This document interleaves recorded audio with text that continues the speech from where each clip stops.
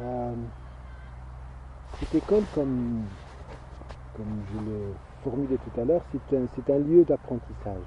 Un lieu d'apprentissage qui s'ouvre à toute personne qui a envie de suivre une formation pour devenir un enseignant de yoga. Pour tout enseignant de yoga et qui a envie d'enrichir son savoir et son savoir-être, son savoir aussi devenir à travers cette discipline.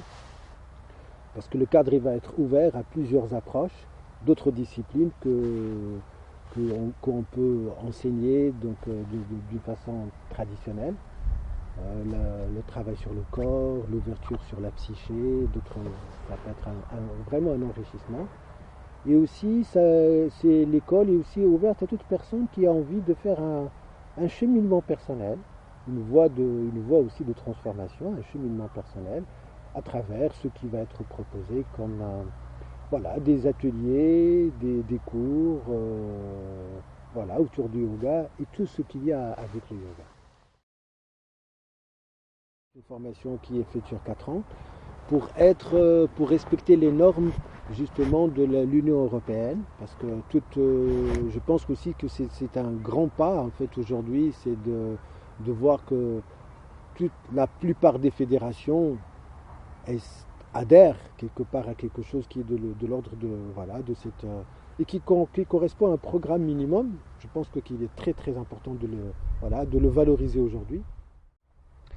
Et en même temps, comme c'est une formation qui est présentée sous forme de 2 cycles, il y a un cycle de base qui donne à toute personne qui a envie de connaître un peu qu'est-ce que ça veut dire le yoga, même pour une pratique personnelle, il va y avoir une certification au bout de 2 ans. Hein, donc on peut s'arrêter à ce niveau-là, de se dire c'est très bien, ça me plaît, exactement, mais je ne sais pas vraiment la finalité, ce n'est pas forcément de devenir un enseignant de yoga, mais je peux m'arrêter là.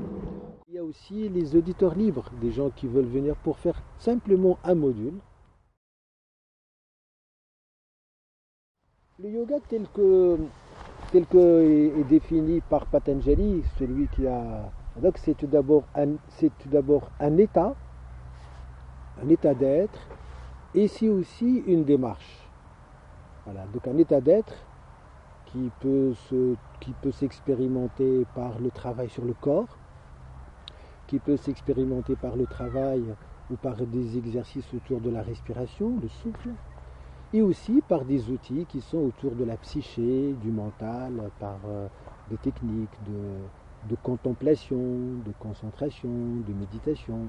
Voilà, donc tous ces registres, ils sont là au service justement de la connaissance de cet état d'être. J'ai 2 sources d'inspiration et d'apprentissage. Tout d'abord la lignée de Madras avec l'enseignement de Krishnamacharya comme vraiment une lignée et qui a donné des disciples et des écoles qui sont assez connues. Iyengar, Patabi Joyce,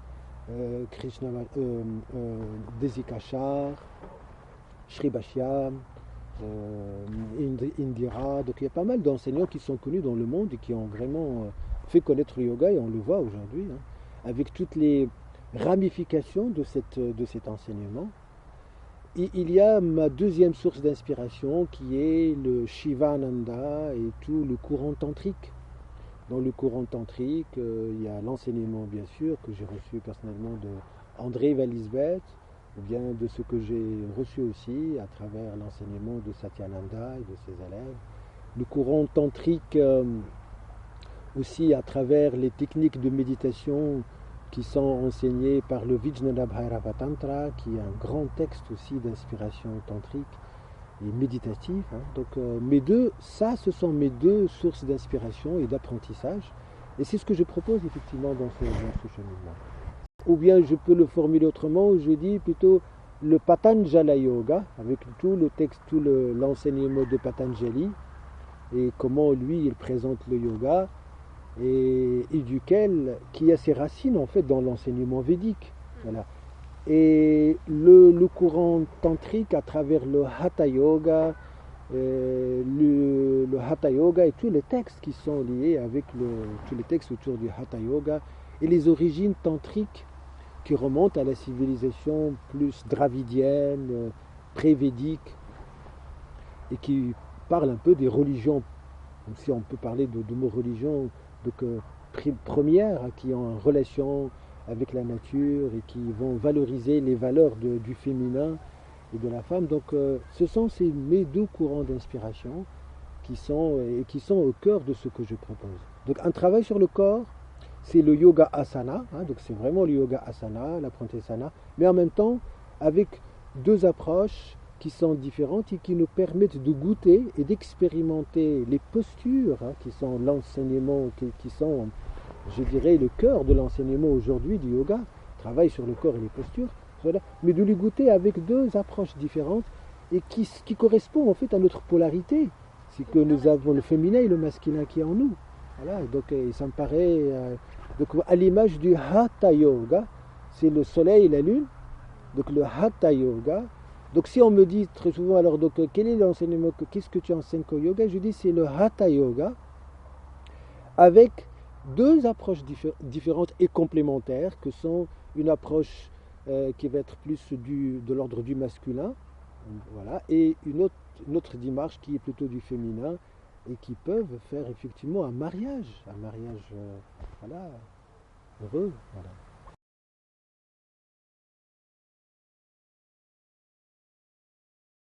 Je vois l'Institut comme le début de quelque chose qui était de l'ordre tout d'abord de la formation d'enseignants de yoga.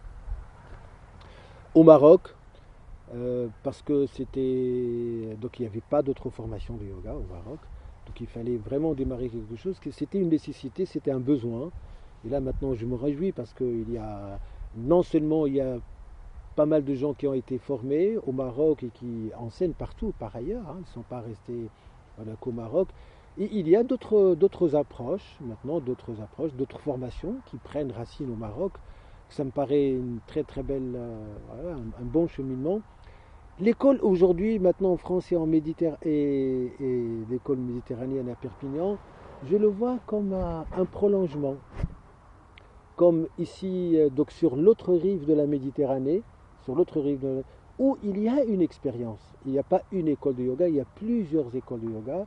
Il n'y a pas que le yoga comme un moyen de connaissance, il y a d'autres disciplines qui sont aussi autour de l'enseignement, de la connaissance de soi, et contribuer avec ma sensibilité, effectivement, j'allais dire africaine, donc marocaine, contribuer avec de l'autre rive de la Méditerranée, avec ma sensibilité, avec tout ce qui est comme richesse ici, voilà, une contribution à apporter quelque chose d'autre qui pourrait, et je le souhaite vraiment bien, donc contribuer à ce cheminement et de voilà, continuer et puis rejoindre l'universalité aussi de cette discipline.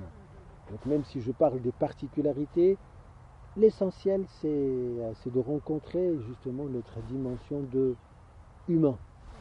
C'est pour ça que très souvent quand on me dit alors c'est quoi le yoga, je dis c'est une démarche, c'est vraiment une démarche, c'est un cheminement spirituel pour devenir plus humain et pour un accomplissement de notre humanité, tel que nous sommes aujourd'hui.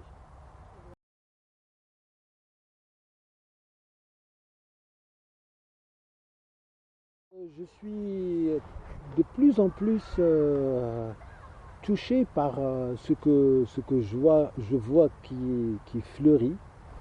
Et il y a plusieurs démarches, plusieurs disciplines, hein, il y en a pas mal. Hein. Donc dans les choses qui sont de l'ordre des arts internes, je vois bien que maintenant le tai chi, le qigong, ou le kung fu, les arts internes, il y en a pas mal, hein, donc rien que ça. Après, il y a des démarches qui sont très physiques, hein, comme la voie de Feldenkrais, ou l'autonie, ou la gymnastique sensorielle, qui sont des outils mais purement occidentaux, qui ne s'adressent pas qu'au soma, que le corps, parce que toutes ces disciplines ont bien compris que nous ne sommes pas un corps et un esprit, nous sommes corps-conscience. Corps-conscience. Et que tout ce que nous pouvons aujourd'hui toucher à travers le corps va toucher notre psyché, et ce que nous faisons aussi au niveau de la psyché va.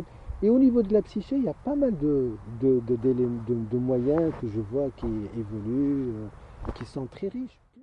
dans les années 80, il y avait des thérapies qui étaient purement voilà, psychocorporelles, avec ce qu'il y a vraiment de l'ordre de la psyché, le travail sur la psyché, le travail sur le corps. Là, je vois qu'il y a quelque chose qui s'affine, et sans nommer une, hein, parce qu'il y en a plein, hein, qui je vois aujourd'hui, qui inclut la démarche aussi, la dimension spirituelle. Et je vois pas mal de disciplines que je qualifie plutôt maintenant d'humanistes, voilà, ou transpersonnel. C'est plutôt le mot qui me parle le plus, parce que je vois qu'aujourd'hui, cette discipline transpersonnelle, ils sont plusieurs. Et les noms, ils sont multiples.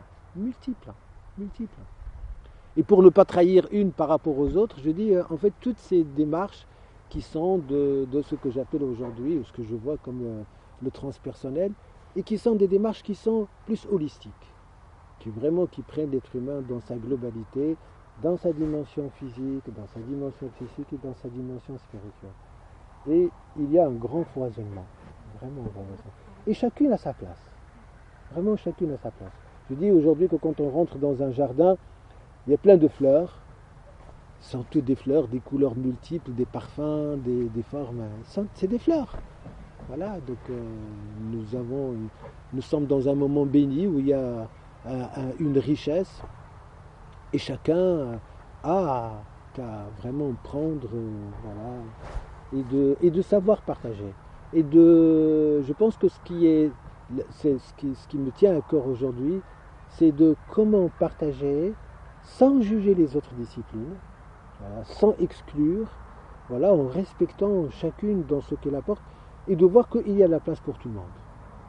Il y a la place aujourd'hui pour tout le monde, et que toutes ces disciplines ne sont pas là pour être en contradiction. Nous sommes dans une coopération et une co-créativité. Et comme ce que je dis, donc, dans l'enseignement purement des postures, je fais beaucoup appel à des outils comme l'ostéopathie, comme la fasciathérapie, comme pour dire que vraiment ces disciplines qui parlent de quelque chose que l'Inde a présenté avec un autre langage.